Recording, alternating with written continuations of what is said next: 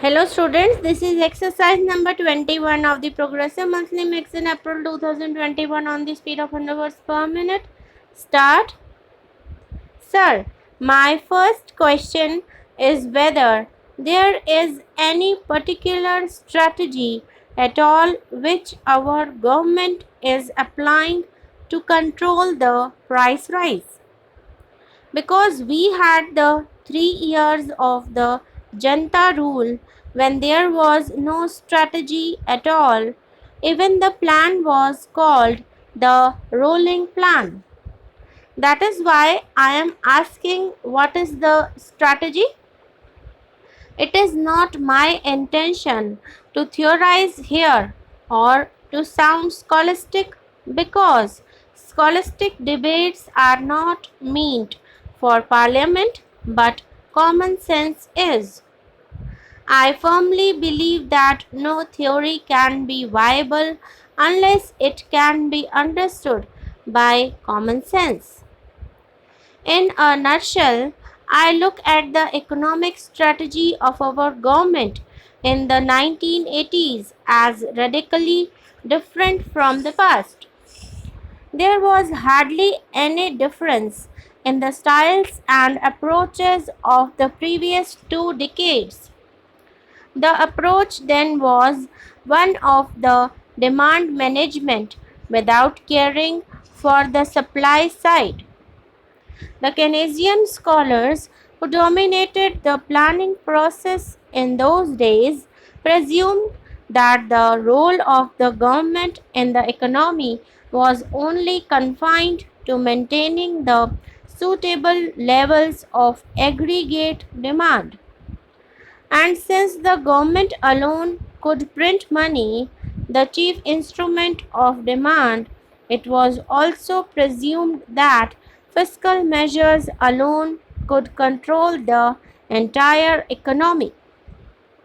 Thus, demand held the key to all government policies, and slowly the supply side got a back seat. So, when there was a glut of goods in the market, it was thought that the crisis could be warded off by discouraging savings and encouraging spending, that is, through a fiscal remedy. Similarly, in a condition of scarcity, the first thing that the government would do was to tax the goods heavily, thus trying to lower consumption by artificial means. The proof of all this is there is in the chain of licensing procedures, the maze of statutes and laws binding business activities, all formulated during the 1970s and the 1980s. In one sentence, the guiding principle then was demand creates supply. I am happy that our government has revised this stand. Instead of being obsessed with the demand side, for the first time we have launched ourselves on a program to tackle the supply side. We now want to say that if the prices refuse to come down, if the inflation rate leapfrogs, the government cannot solve the problem by taxing the goods, by passing laws that will only discourage consumption. The new strategy of our government is to remove constraints on supply, on the artificial barriers between the producer and the consumer, and give the manufacturing sector a chance to function without any hindrance. The supply side economics has an emphasis on growth and not on distribution.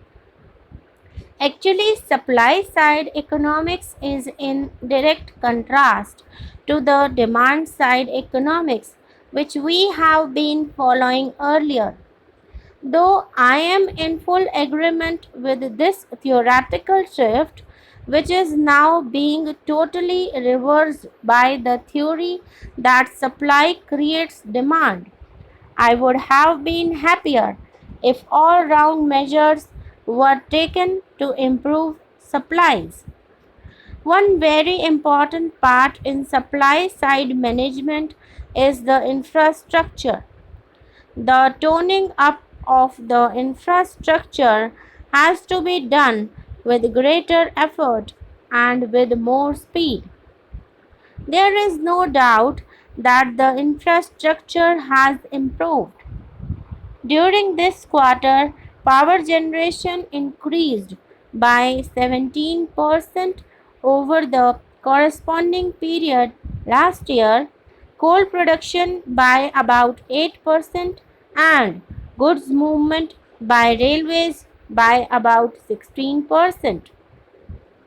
Down the line, there has also been a rise in the production of saleable steel by about 26%, cement by about 19%, crude petroleum by about 64%, petroleum products by 21%, and fertilizer by 65%. However, despite all these improvements, I still think that our infrastructure is very much infra.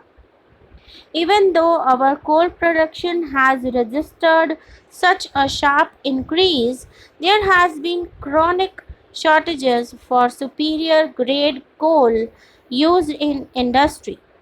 The movement of goods on the railways has increased, but one still has to ponder how much of it is due to higher prices for trucking and how much of it is genuine.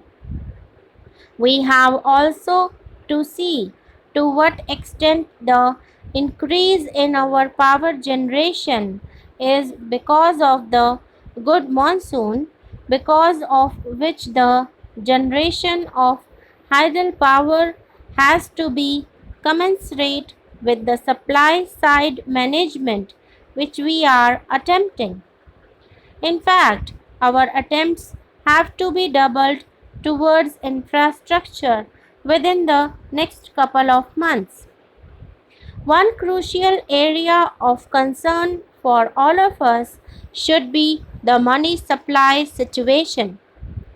While I commend the efforts made by the government for decreasing the money supply situation in the country, I still feel that the recent impounding of currency in our monetary systems is not adequate enough.